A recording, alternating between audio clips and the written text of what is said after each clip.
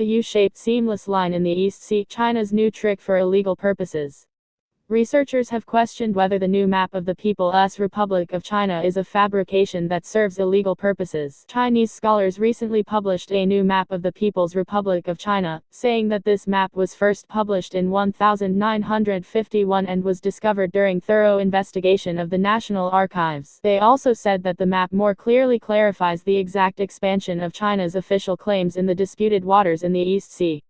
However, is this a real discovery or simply a fabrication that serves China's illegal purpose of monopolizing the waters with this particular geographic and economic position? The difference between the new map and the maps previously published by China is that the new map shows a solid line describing the national border and regional, administrative boundary, instead of the dash line as described in China's U-shaped 9-line claim, that covers nearly all the East Sea. The investigation and research process has not been officially confirmed by the Chinese government, but everyone knows that nothing can be conducted and published by academics without permission.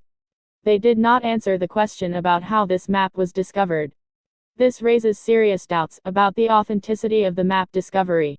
One just needs to look at the Chinese tricks to dominate the region to understand what is behind the discovery of the map. They did not answer the question about how this map was discovered. This raises serious doubts about the authenticity of the map discovery. One just needs to look at the Chinese tricks to dominate the region to understand what is behind the discovery of the map. Former director of India's Joint Intelligence Committee, and former National Security Advisor, S.D. Pradhan, cited 6 factors for everyone to think about the Chinese game. First, since the last quarter of the 20th century, China has tried to expand its maritime boundaries.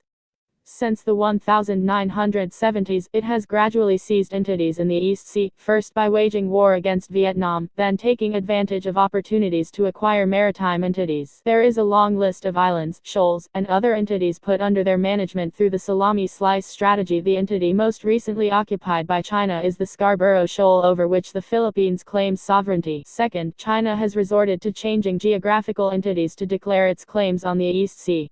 It has created artificial islands in the East Sea to make claims in the U-shaped region.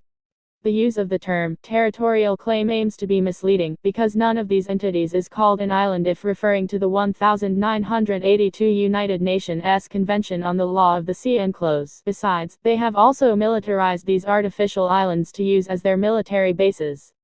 China once blatantly viewed other countries' exclusive economic zones as its own. They placed the 981 oil drilling platform in Vietnam's east. Japanese Prime Minister Shinzo Abe was right when he said that China is seeking to turn the East Sea into a home pond. Third, besides illegal actions, China is focusing on carrying out propaganda campaigns to make its claims in areas under the sovereignty of other states.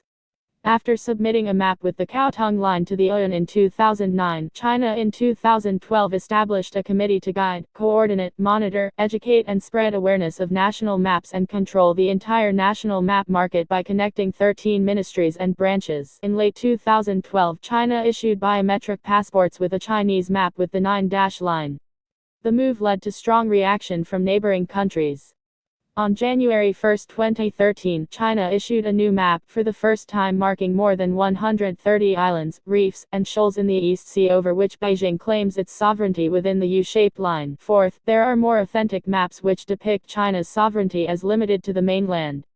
The map that German Chancellor Angela Merkel presented to Chinese President Xi Jinping in 2014 during Xi's visit to Germany shows this clearly. It was a 1735 map created by French cartographer Jean-Baptiste Bourguignon d'Anville and printed by a German publisher. This map shows all of China, including the land mostly inhabited by Han Chinese, without Tibet, Xinjiang, Mongolia or Manchuria. The islands of Taiwan and Hainan, which became parts of modern China, which were in dispute before, were represented by a boundary with a different color. This map shows that China has expanded its territory since the 18th century. Fifth, while being polite to the other claimant states, China has shown no sign of compromise.